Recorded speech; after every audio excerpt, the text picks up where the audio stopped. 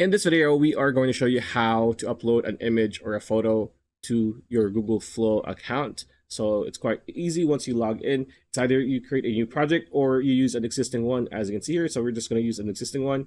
So here to create images using a photo or whatever, again, whatever use you're going to do for the photo or image you're going to upload. All you need to do is here on the prompt box, you want to click on the plus sign over here on the left-hand side, like so. And as you can see here, there's an option for upload image. So all we need to do is click on this, right? And this pop-up will appear if you're going to do this for the first time. Not every image is allowed to be uploaded, right? So click on I agree. There we go.